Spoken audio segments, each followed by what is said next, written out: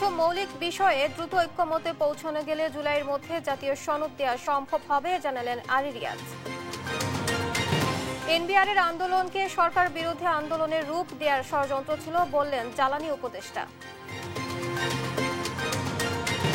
আশুলিয়ার ৬ লাশ পোড়ানোর মামলার ৮ আসামি এবং আবু সাইদ হত্যা মামলায় ৪ আসামিকে ট্রাইব্যুনালে হাজির করা হয়েছে। নির্বাচন কমিশনে সিএসির সঙ্গে এনসিপির প্রতিনিধি দলের বৈঠক চলছে, গুরুত্ব পাচ্ছে প্রতীক বরাদ্দ ও প্রবাসী ভোটের বিষয়। কুষ্টিয়ায় চাঁদা না দেওয়ায় ব্যবসায়ীকে মারধর, বাড়িতে হামলা, লুটপাট ও অগ্নিসংযোগ, প্রাণ ভয় আত্মগোপনে ভুক্তভোগী ব্যবসায়ী।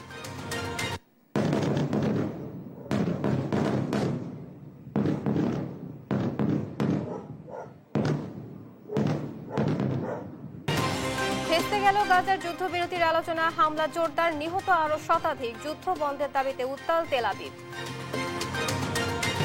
এবং ডাম্বুলা সিরিজের দ্বিতীয় টি-20তে আজ স্বাগতিক শ্রীলঙ্কার বিপক্ষে মাঠে নামবে বাংলাদেশ। ম্যাচ শুরু সন্ধ্যা 7টায়।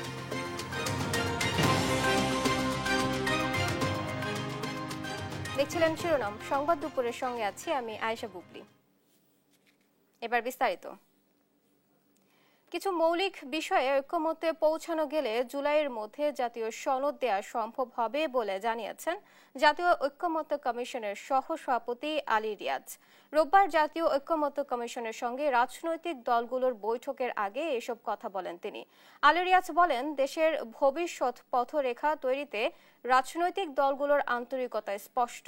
মৌলিক বিষয় ঐক্যমত্য তৈরি করে যে কোনো প্রক্রিয়ায় এই মাসের মধ্যে জুলাই সনদ তৈরি করতে হচ্ছে।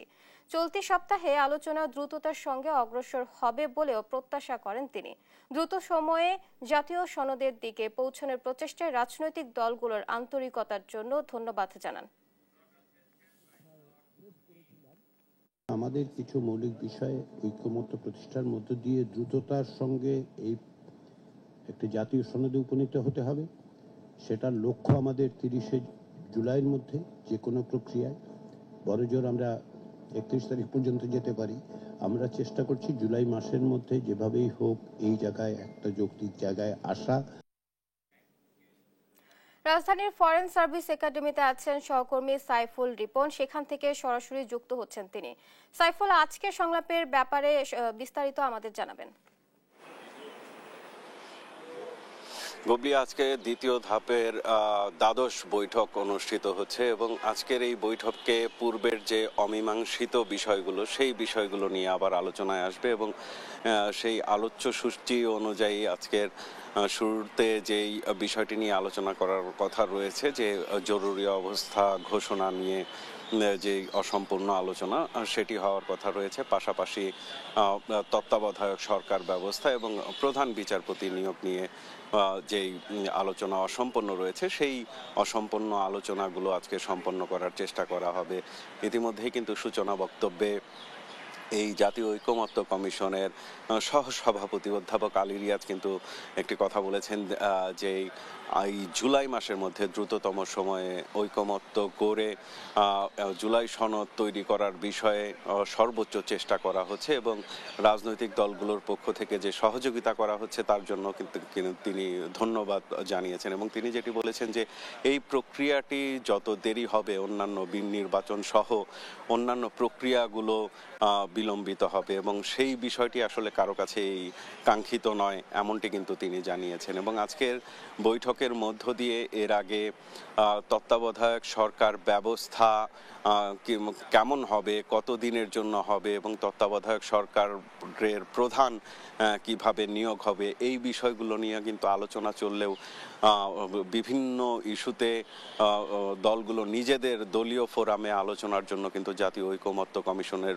পক্ষ থেকে রাজনৈতিক দলগুলোকে সময় দেওয়া হয়েছিল, তারা যেন দলের ভেতরে আলোচনা করে দলের পক্ষ থেকে নিজস্ব প্রস্তাবনাগুলো নিয়ে আসতে পারেন এবং সবগুলো রাজনৈতিক দলের যে যেই নিজেদের মধ্যে আলোচনা, সেই আলোচনার মধ্য দিয়ে ঐকমত্যের জায়গা তৈরি করা যায় কিনা সেই প্রচেষ্টার অংশ হিসেবেই কিন্তু এই অসম্পূর্ণ আলোচনাগুলোর আজকে আবার পুনরায় শুরু করা হচ্ছে এই বিষয়গুলো নিয়ে আলোচনা। এবং মধ্যাহ্ন বিরতিতে আমরা রাজনৈতিক দলগুলোর কাছ থেকে জানতে পারবো যে এই অসম্পূর্ণ আলোচনাগুলো নিয়ে আবার বৈঠক শুরু হলো, সেই বৈঠকের অগ্রগতি কতটুকু হলো। বুবলি। সাইফুল, আপনাকে ধন্যবাদ। দর্শক, এতক্ষণ সরাসরি যুক্ত ছিলাম সহকর্মী সাইফুলের সাথে। এনবিআর এর আন্দোলনকে সরকার বিরোধী আন্দোলনের রূপ দেওয়ার ষড়যন্ত্র ছিল বলে জানিয়েছেন জ্বালানি উপদেষ্টা ফাউজুল কবির খান। দেশের ব্যবসা বাণিজ্য, শিল্প, বন্দর ও রাজস্ব আদায়ের অগ্রগতি নিয়ে রোববার সচিবালয়ে গণমাধ্যম কর্মীদের সঙ্গে আলাপকালে এমনটা জানান তিনি। জ্বালানি উপদেষ্টা বলেন, এখন থেকে আর জাতীয় রাজস্ব বোর্ড বা এনবিআর নাম থাকবে না। জাতীয় রাজস্ব বোর্ডকে দুটি বিভাগ করা হয়েছে। একটির নাম রাজস্ব নীতি বিভাগ এবং আরেকটির নাম রাজস্ব বাস্তবায়ন বিভাগ। দুটি বিভাগের সচিব সহ ঊর্ধ্বতন কর্মকর্তাদের নিয়োগে একটি নীতিমালা করা হবে বলেও জানান ফাউজুল কবির। এ সময় তিনি আরো বলেন, এনবিআর কর্মকর্তারা সরকারের আস্থা হারিয়েছেন। তাদের কর্মতৎপরতার মাধ্যমে সেই আস্থা ফিরিয়ে আনতে হবে। এটা প্রথমে একটা নিরীহ আন্দোলন, একটা ক্যাডারের সমস্যা, ক্যাডারের প্রসপেক্ট, তো পরে এটা কিন্তু সরকার বিরোধী আন্দোলনে পরিণত হয়েছে। আমরা দেখছি যে এইটাতে অর্থনৈতিক ক্ষতি করা এটার একটা উদ্দেশ্য হয়ে পড়েছে। নতুন যে দুইটা ডিভিশন হবে, রাজস্ব নীতি ও রাজস্ব বাস্তবায়ন যে ডিভিশন, এই দুটো ডিভিশনে শুধুমাত্র তাদের ক্যাডার কর্মকর্তাদেরকে নিয়োগ করতে হবে। জুলাই আগস্ট গণহত্যায় আশুলিয়ার 6 লাশ পোড়ানোর মামলায় সাবেক পুলিশ কর্মকর্তা আব্দুল্লাহ হিল কাফি, শাহিদুল ইসলাম সহ 8 আসামিকে ট্রাইব্যুনালে হাজির করা হয়েছে। সেই সাথে আবু সাইদ হত্যা মামলায় সাবেক পুলিশ কর্মকর্তা আমির হোসেন, সুজন সহ 4 আসামিকে ট্রাইব্যুনালে হাজির করা হয়েছে। রবিবার সকাল 10টায় তাদের ট্রাইব্যুনালে হাজির করা হয়। এর আগে গত 2 জুলাই আশুলিয়ায় 6 জনের লাশ পোড়ানোর মামলায় সাবেক এমপি সাইফুল ইসলাম সহ 16 জনকে অভিযুক্ত করে আন্তর্জাতিক অপরাধ ট্রাইব্যুনালে আনুষ্ঠানিকভাবে অভিযোগ দাখিল করে প্রসিকিউশন। এর আগে গত 19 জুন এ মামলার তদন্ত প্রতিবেদন হাতে পায় প্রসিকিউশন। আনুষ্ঠানিক অভিযোগে সাবেক এমপি সাইফুল ইসলাম সহ 16 জনকে অভিযুক্ত করা হয়। এদিকে আবু সাইদ হত্যা মামলায় বৃহস্পতিবার পলাতক আসামিদের আদালতে হাজির হতে পত্রিকায় বিজ্ঞপ্তি দেওয়ার নির্দেশ দেন বিশেষ ট্রাইব্যুনাল 2। এই মামলায় মোট আসামি 30 জন, যাদের মধ্যে 26 জনই পলাতক। আজ এই বিষয়ে শুনানি হবার কথা রয়েছে। প্রধান নির্বাচন কমিশনার এএমএম নাসির উদ্দিনের সঙ্গে বৈঠকে বসে নাসিরউদ্দিন পাটোয়ারি, সার্জিস আলম, হাসনাত আব্দুল্লাহ সহ 5 সদস্যের প্রতিনিধি দল সকালে রাজধানী আগারগাঁওয়ে নির্বাচন কমিশন সচিবালয়ে সিএসির কক্ষে এই বৈঠকটি অনুষ্ঠিত হয়েছে। এর আগে গেল 22 জন এনসিপি দলীয় নিবন্ধনের আবেদনে নিজেদের প্রতীক হিসেবে পছন্দের তালিকার শীর্ষে রাখে শাপলাকে। এই প্রতীক তারা পাবেন এমন আশাবাদের কথাও জানান এনসিপি নেতারা। তবে নাগরিক ঐক্য দলীয় প্রতীক হিসেবে কেটলির পরিবর্তে শাপলা দাবি করে। আবার তার আগে মাহমুদুর রহমানের নেতৃত্বাধীন নাগরিক ঐক্য 17 এপ্রিল একই প্রতীক চায়। এছাড়া দুটি দলই শাপলা প্রতীক নিয়ে একাধিকবার বৈঠকও করে ইসির সঙ্গে।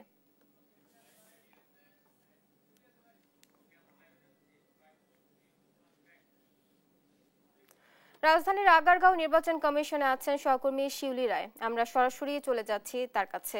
শিউলি, এনসিপির নেতাদের সঙ্গে সিএসির বৈঠকের ব্যাপারে নতুন কি তথ্য আছে আপনার কাছে জানাবেন?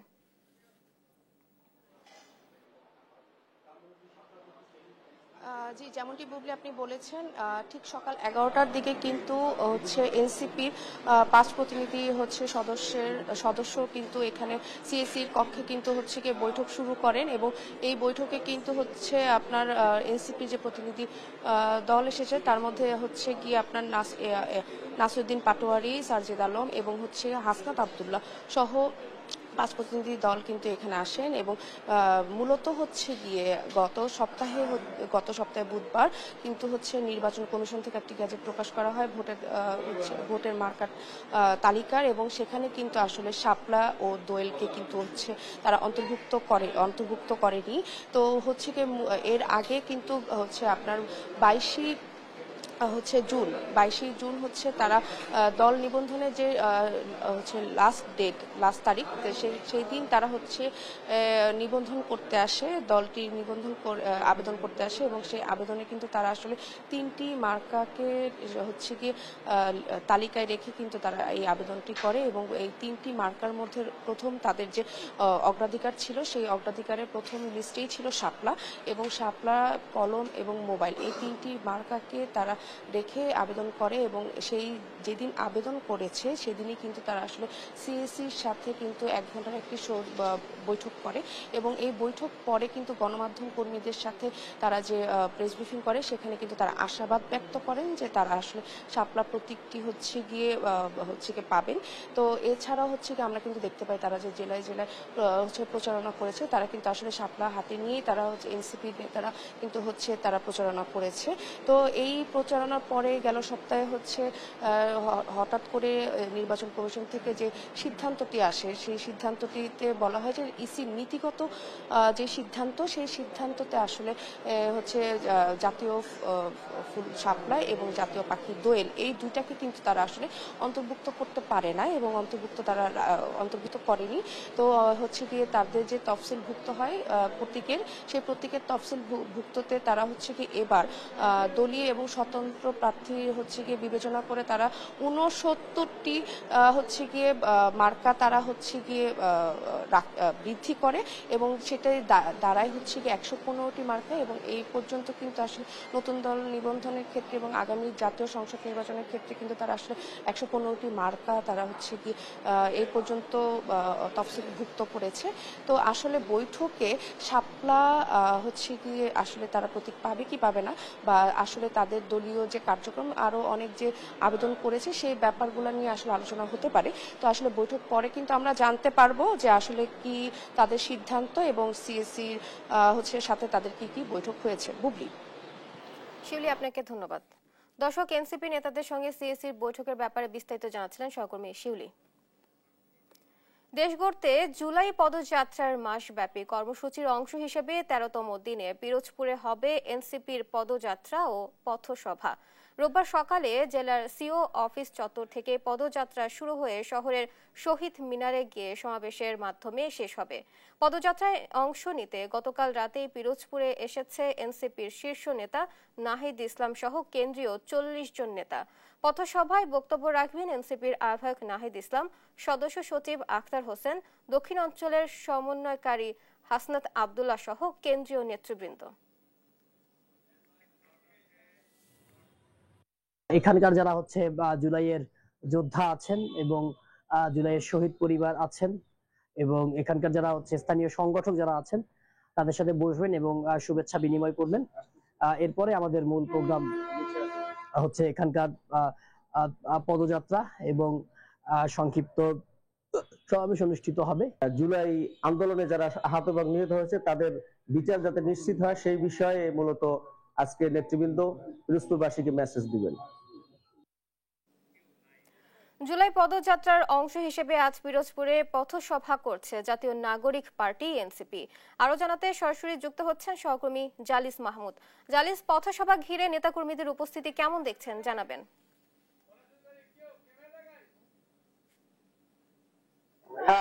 হ্যাঁ বুবলি, আপনাকে ধন্যবাদ। পিরোজপুরে যে আজকে যে পদযাত্রাটি ইতিমধ্যে শুরু হয়েছে, খন্ড খন্ড মিছিল নিয়ে পিরোজপুরে বিভিন্ন জেলার উপজেলা থেকে প্রত্যন্ত গ্রাম থেকে এসেছে। এখন পর্যন্ত সেরকম লোক জড়ো হয়নি এবং এনসিপির যে কেন্দ্রীয় নেতা নাহিদ ইসলাম সহ যে শীর্ষ নেতারা পিরোজপুরে এসেছে তারা এখন পর্যন্ত পদযাত্রায় অংশগ্রহণ করে নাই। তবে খন্ড খন্ড মিছিল নিয়ে বিভিন্ন লোকজন এখানে এসেছে। এছাড়াও আমরা বিভিন্ন মাধ্যমে জানতে পেরেছি তারা আজকে জুলাই যোদ্ধা যারা আহত হয়েছে এবং শহীদ পরিবারের সাথে আলোচনা করবে। এছাড়াও তারা একটু পরে 12টার পরে তারা জুলাই মঞ্চ, যেখানে শহীদ মিনারে একটা সমাবেশের আয়োজন করা হয়েছে, সেখানে তারা বক্তব্য দিবেন। আমরা পিরোজপুরের সংগঠকদের সাথে কথা বলে জেনেছি। এদিকে আপনাকে আর একটা বিষয় জানিয়ে রাখি যে পিরোজপুরে আজকে প্রতিকূল আবহাওয়া, এখনই বৃষ্টি শুরু হতে পারে, এজন্য তেমন লোকজন তো হয়নি, কিন্তু খন্ড খন্ড মিছিল নিয়ে তারা আসতেছে।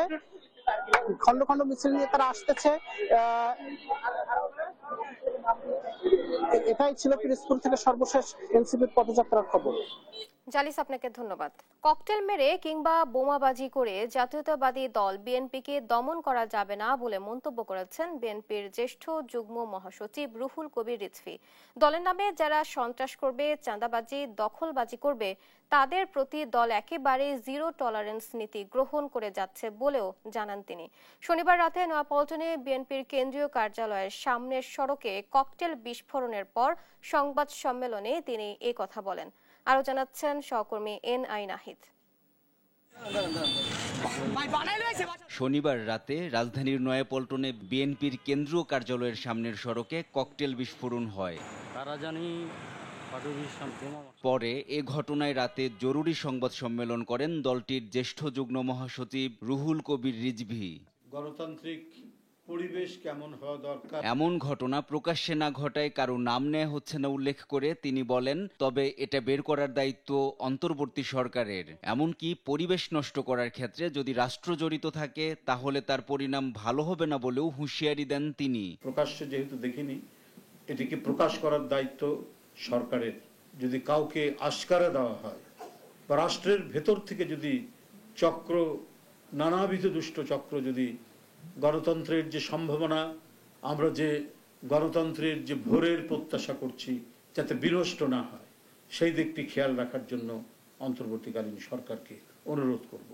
ককটেল বিস্ফোরণ ঘটিয়ে বিএনপিকে দমন করা যাবে না উল্লেখ করে রিজভী বলেন, বাংলাদেশকে কোনো দেশের তাবেদার বানানো যাবে না।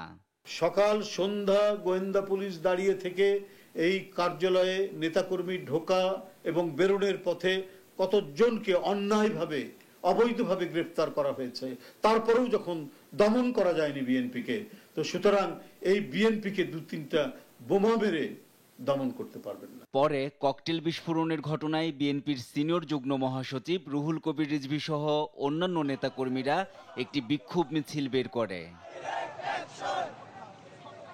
এনআই নাহিদ, দেশ টিভি, ঢাকা। ফেনী ও নোয়াখালীতে কমতে শুরু করেছে বন্যার পানি। পানি নামার সঙ্গে সঙ্গে দেখা দিচ্ছে নতুন দুর্ভোগ, ভেসে উঠছে ক্ষয়ক্ষতির চিহ্ন। ফেনীতে বন্যা কবলিত নিম্নাঞ্চল ও নদী তীরবর্তী এলাকার পরিস্থিতি ধীরে ধীরে স্বাভাবিক হচ্ছে। অনেক এলাকায় এখনো খাদ্য ও নিরাপদ পানির সংকট রয়েছে। এতে বানভাসী মানুষ নতুন করে ভোগান্তিতে পড়েছে। এদিকে নোয়াখালীতে অতি বর্ষণের ফলে সৃষ্ট জলাবদ্ধতা কমতে শুরু করেছে। তবে খাল, নালা, ড্রেন ভরাট হয়ে যাওয়ায় পানি কমছে ধীরে ধীরে। এছাড়া অনেক জায়গা নিচু হওয়ায় পানি এখনো নামেনি।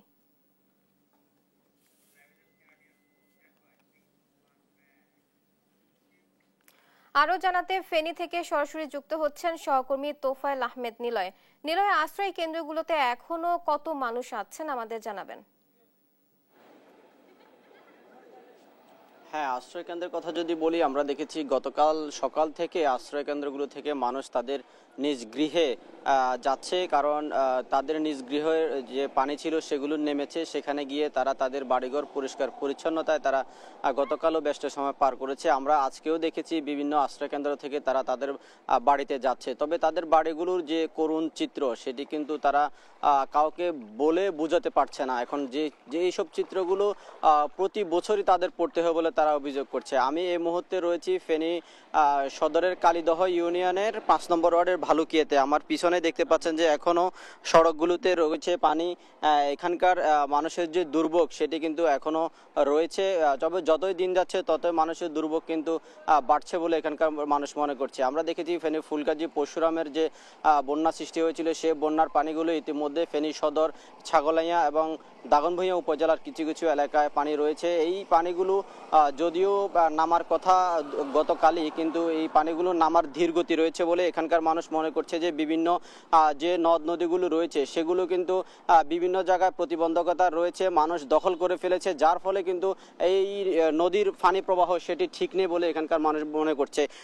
আমি একজন এখানকার ভুক্তভোগী রয়েছে, তার কাছ থেকে জানতে চাইবো যে গত কয়েকদিন তো আপনাদের এলাকায় পানি, আপনাদের কেমন কষ্ট হচ্ছে, কি অবস্থা এখন আপনাদের? এখানে এতটুকু পানি উঠছে, আমরা হাঁটা চলা করতে পারতেছি না। তো পানি কষ্ট, খাওয়া দাওয়ার কষ্ট, মানুষের দোকানে যাইতে কষ্ট হয়, তার ফেনী যাইতে গাড়ি ঘোড়া পাওয়া যায় না, কম পাওয়া যায়। এই কারণে আর কি যে এখানে পানি এতটুকু মানে এর আগের বাড়ি পানি অল্প উঠছিল, এতটুকু পর্যন্ত উঠছিল, তো ওই সময় বন্যা হয় না। ধন্যবাদ। আসলে আমি শুনছিলাম এখানকার একজন ভুক্তভোগী যিনি কথা বলছিলেন, গত বন্যায় তারা ব্যাপক ক্ষতি হয়েছিলেন, তিনি সেই কথাও বলছেন। তবে আমরা দেখেছি এখানে যে একটি ডেয়ারি ফার্ম রয়েছে এবং কি সড়কগুলো রয়েছে সেগুলো কিন্তু এখনো পানির নিচে রয়েছে। তারা যে মানুষের যে কষ্ট, দুর্ভোগ সেটি কিন্তু দিন দিন বাড়ছে। এছাড়া আমরা এখানকার যে ক্ষয়ক্ষতির পরিমাণ সম্পর্কে জেলা প্রশাসনের কাছ থেকে তথ্য জানতে চেয়েছিলাম। তারা বলছেন যে পরিমাণ ক্ষতি হয়েছে সেটি এখনো পর্যন্ত নিরূপণ করা যাচ্ছে না। তবে কিছু প্রাথমিক ক্ষয়ক্ষতির পরিমাণ তারা বলছে কৃষি, মৎস্য এবং মানুষের আসবাবপত্র মিলে প্রায় 20 কোটি টাকার মতো ক্ষতি হয়েছে বলে প্রাথমিক তথ্য তারা বলছে। তো এই ছিল আমার কাছে বন্যা নিয়ে সর্বশেষ তথ্য। নিলয়, আপনাকে ধন্যবাদ। দর্শক, এতক্ষণ সরাসরি যুক্ত ছিলেন সহকর্মী নিলয়। কুষ্টিয়ায় চাঁদা না দেয়ায় এক ব্যবসায়ীকে মারধর, বাড়িতে হামলা, লুটপাট ও অগ্নিসংযোগ করেছে সন্ত্রাসীরা। এই ঘটনার পর থেকে প্রাণ ভয়ে আত্মগোপনে রয়েছে ভুক্তভোগী ব্যবসায়ী। চরম আতঙ্কের মধ্যে দিন কাটাচ্ছে তার পরিবারের দাবি, সন্ত্রাসী জব্বার বাহিনীকে 10 লক্ষ টাকা চাঁদা না দেয়ায় ঘটিয়েছে এমন ঘটনা। আর বিষয়টি খতিয়ে দেখে জড়িতদের বিরুদ্ধে আইনগত ব্যবস্থা নেয়ার কথা বলছে পুলিশ। ইরফান রানার ক্যামেরায় কুষ্টিয়া থেকে নাহিদ হাসান তিতাসের রিপোর্ট।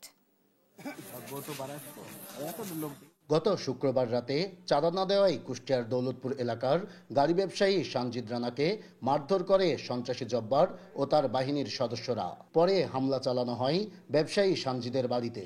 এ সময় বাড়িতে থাকা নগদ টাকা, স্বর্ণালংকার সহ লুটপাট করা হয় মূল্যবান জিনিসপত্র। পরে পেট্রোল ঢেলে করা হয় অগ্নিসংযোগ। এরপর থেকে প্রাণভয়ে আত্মগোপনে রয়েছে ব্যবসায়ী সানজিদ রানা। চরম আতঙ্কের মধ্যে দিন কাটাচ্ছে তার পরিবার। সানজিদের পরিবারের দাবি, সন্ত্রাসী জব্বার বাহিনীকে 10 লক্ষ টাকা চাঁদা না দেওয়াই ঘটিয়েছে এমন ঘটনা। চাঁদা চাইছিল, এখন গাড়ি চাইছিল। আমার ছেলে বলেছে গাড়িকে তো কে কামে দিব, আর টাকা তো কে কামে দিব, আমি ইনকাম করি ভাত খাই। ওইখানে এক বাড়িতে মাসানে বসছিল, যাই আমার ছেলেকে মারছিল। কালকে দোকানে ওকে পাইছে একা, তারপরে বলেছে টাকা দিলি নাকি জানে, ও বলেছে তোকে টাকা কি জানি দেবো, তো কিসের টাকা দেবো তোকে, এই কথা যখন বলার পরে ওকে 2টি ঘুষি মেরেছে। আইসি গেটের উপর দিয়ে টপকা আইসিছে, আইসি গাড়ির তালা ভাঙিছে, গেটের তালা ভাঙিছে, ভাঙার পরে ওইখানে পেট্রোল মারি আগুন ধরা দিয়েছে। দেওয়ার পরে ঘরের মেন গেট ভাঙিছে, ভাঙার পরে ঘরের দরজা ভাঙিছে, সোনা গহনা ছিল সেগুলোও নিয়েছে। জাব্বার, রফিক আর ওই পাড়ার সহায়তা হয়েছে রাজ্জাক, সাইফুল, মইদুল। স্থানীয়রা বলছেন, দীর্ঘদিন ধরে সানজিদের কাছ থেকে চাঁদা দাবি করে আসছিল জব্বার বাহিনী। চাঁদা না দেওয়ার কারণেই তারা ঘটিয়েছে এমন নির্মম ঘটনা। এতে চরম আতঙ্ক বিরাজ করছে এলাকায়। চাঁদা দেয়নি, সেজন্য বাড়িতে আগুন নাগা দিয়েছে, দিয়ে বাড়িতে সব লুটপাট করে নিয়েছে। মেন গেট ভাঙছে, ঘরের দরজা ভাঙছে, এখানে অনেক টাকা ছিল, এরপরে সোনার গহনা ছিল অনেক মেয়েদের, এগুলা তারা লুটপাট করে নিয়ে চলে গেছে। পুলিশ বলছে, বিষয়টি খতিয়ে দেখে জড়িতদের বিরুদ্ধে আইনগত ব্যবস্থা নেবেন তারা। ক্ষতিগ্রস্ত সানজিদকে বলা হয়েছে যে এই বিষয়ে মামলা দায়ের করার জন্য, উনি মামলা দিলে আইনগত প্রসেস গ্রহণ করা হবে এবং তার যথোপযুক্ত আইনি সহায়তা প্রদান করা হবে। চাঁদা দাবি ও অগ্নিসংযোগের ঘটনায় সন্ত্রাসী জব্বারকে প্রধান আসামি করে দৌলতপুর থানায় ব্যবসায়ী সানজিদ রানা এজাহার জমা দিলেও এখনো কাউকে গ্রেপ্তার করতে পারেনি পুলিশ। নাহিদ হাসান তিতাস, দেশ টিভি, কুষ্টিয়া। যশোরে বন্ধুর তালাকপ্রাপ্ত স্ত্রীকে বিয়ে করায় যুবককে কুপিয়ে হত্যা করা হয়েছে। শনিবার রাত 10:30টার দিকে শহরের ষষ্ঠীতলা এলাকায় এ ঘটনা ঘটে। নিহত আশরাফুল ইসলাম বিপুল যশোর শহরতলির শেখহাটি জামরুলতলা এলাকার আখতার হোসেনের ছেলে। স্বজনরা জানায় হামলাকারী বাপ্পি ও নিহত বিপুল বন্ধু ছিলেন। বাপ্পি মাদক সেবন ও সন্ত্রাসী কার্যকলাপে জড়িত থাকায় তার স্ত্রী সুমাইয়া তাকে তালাক দেয়। এরপর সুমাইয়া ও বিপুলের প্রেমের সম্পর্ক গড়ে ওঠে এবং তারা বিয়েও করেন। এতে বাপ্পি ক্ষিপ্ত হয় এবং তাদের হত্যার হুমকি দেয়। শনিবার রাতে পরিচিত লোক দিয়ে বিপুলকে ডেকে নিয়ে কুপিয়ে জখম করে বাপ্পি ও তার সহযোগীরা। স্থানীয়রা তাকে উদ্ধার করে যশোর জেনারেল হাসপাতালে নিয়ে গেলে কিছু সময় পর তিনি মারা যান। বাপ্পি দিয়ে ছেড়ে দিয়েছে, দেওয়ার পরে আমার ছেলের সাথে সম্পর্ক করে বিয়ে করছে। বিয়ে করার পরে এই গ্যামজামজার সৃষ্টি হয়েছে। সে বলছে আমি যেখানে পাবো সেখানেই তোমার ছেলেরে মেরে ফেলবো। ডাকা এনে অন্য লোকের দ্বারা ডাকা এনে তার ছেলেবেলের ডাকা এনে আমার ছেলেরে মারছে।